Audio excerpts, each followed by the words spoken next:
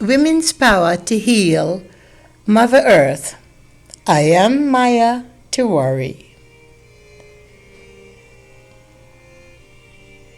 In this episode, I'd like to introduce myself,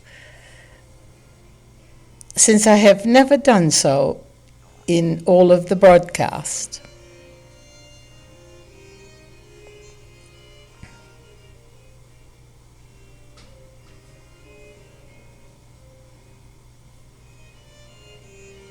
For the past 35 years, I have served my country here in the U.S.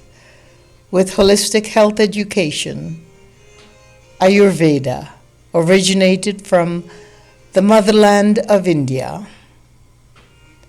My school, which is a non-profit called the Wise Earth School of Ayurveda, was the first of its kind to be established in North America as early as 1981. I have personally trained hundreds of worthwhile practitioners in the U.S. and abroad.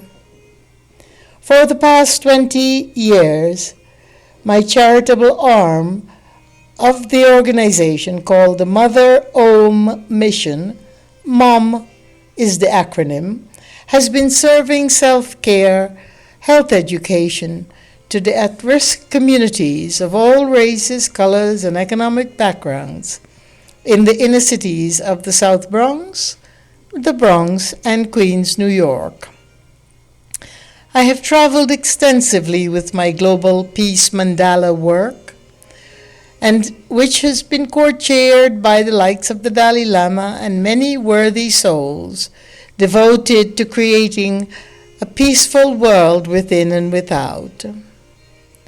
Briefly, at the age of 18, after arriving in the United States for the first time to continue my studies in New York City, I was diagnosed with ovarian cancer.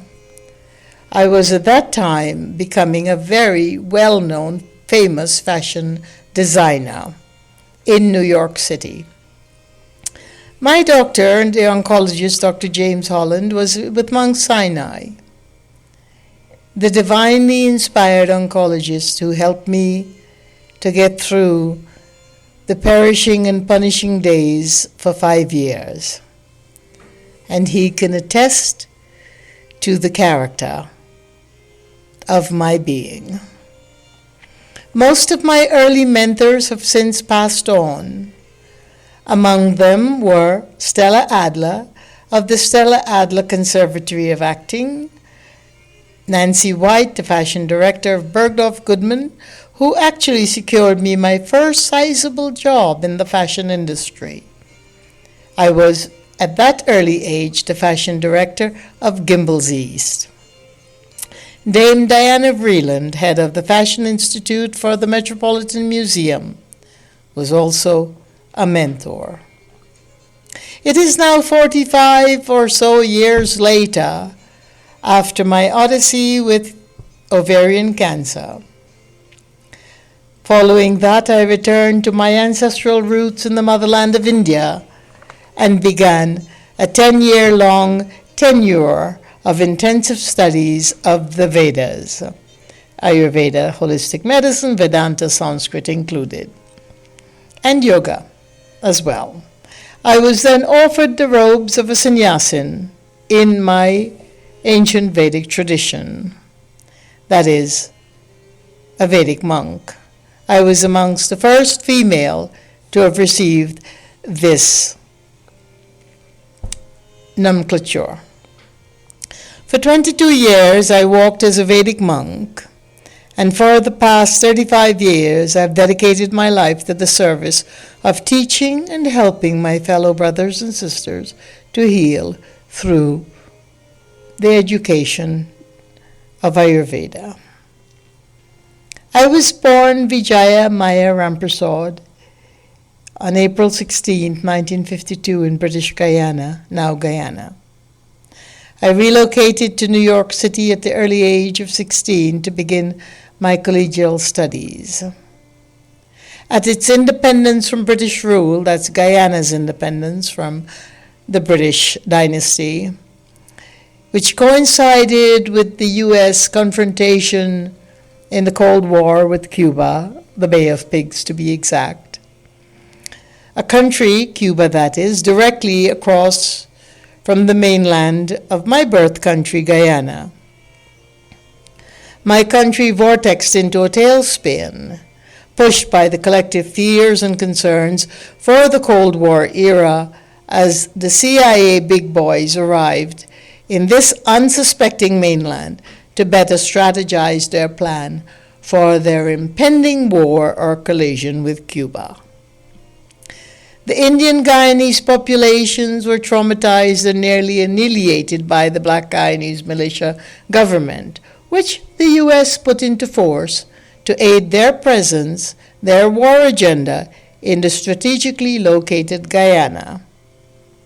Truth be told, like most of the Guyanese Indian populations who were educated and could afford to vacate their homeland, my siblings and I were exported to various countries at very early ages to continue our studies and to ferret out a different future. That is, for those of us who were privileged enough to be sent abroad. I landed in New York City and was welcomed by the snows of my first winter in the February of 1969. I write to you not because I harbor hope that you have the power to give me back life, or my human rights and privacy to be whom I am. For I may not have many breaths left in these years, having suffered the losses that can never be restored through being a targeted individual for the past 12 years.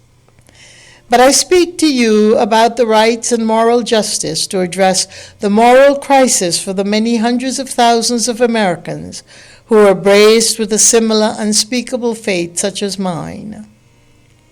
You are aware that this condition has existed from the onset of the formation of this country, whose founding fathers were the world's endemic icon for freedom and justice and dignity for all. We are now so far severed from this intention, this mission. It is gravely embarrassing for me to even dare to address this obvious hidden issue with you.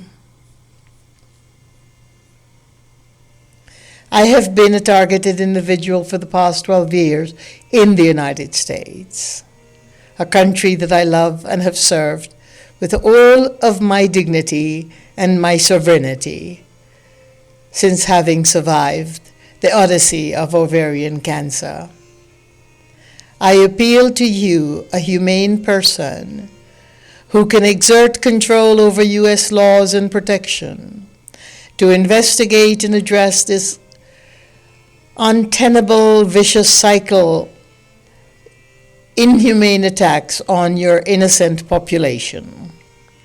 It may be too late for my rescue, as it has been more than 4,222 days since I first understood that I was being stalked, attacked, harassed, poisoned, raped, and otherwise abused by the skillfully shadowed entities that are obviously aligned to power, financial prowess, and the government or non-governmental agencies. At this critical juncture of my life, I want to impress upon you the dire necessity of addressing this malignant disease in our world culture, and especially here on the homeland. The targeted individual is given no human support or compassion of any kind. Part of the organized campaign is to deliberately make them appear delusional, paranoid, and otherwise the public relations campaign that makes them to be seen as unfit, people who you cannot take seriously.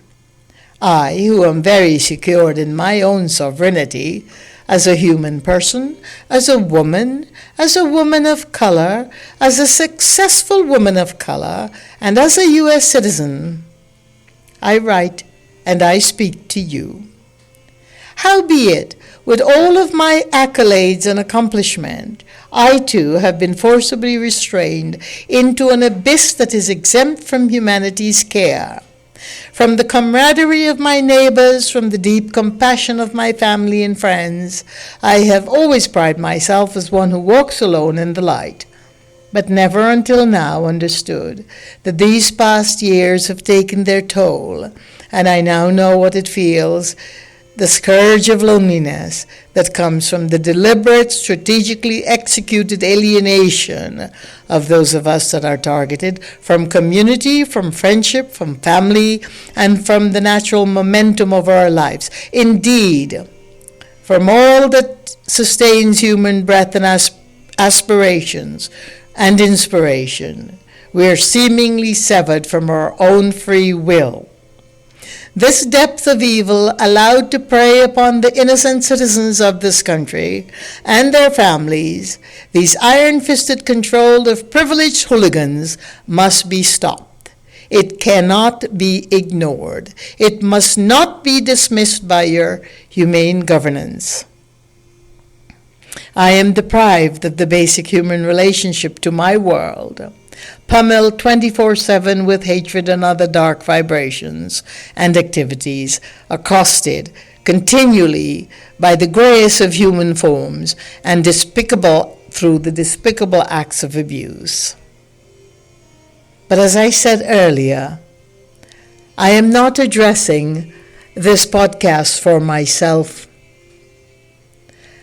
I have been trained as a Vedic monk. I have been trained in a deep, long, centuries and centuries long ancestry of the Vedas, where we are taught to accept life as it unfolds. That has been difficult for me despite my ancestry and my training. But nonetheless, I'm speaking to you for that which must be done for the hundreds of thousands of Americans and the tens of millions of the world's citizens that are suffering the same fate. In conclusion, may I quote President John F. Kennedy in his civil rights speech that was on June 11, 1963. This nation was founded by men of many nations and backgrounds, and that the rights of every man are diminished when the rights of one man are threatened. I leave you with this to contemplate, and may it reach to the deepest recess of your own empathy as a human person, with the power to do something about it. I am Maya Tiwari, and may peace be your journey. Thank you for listening, and God bless.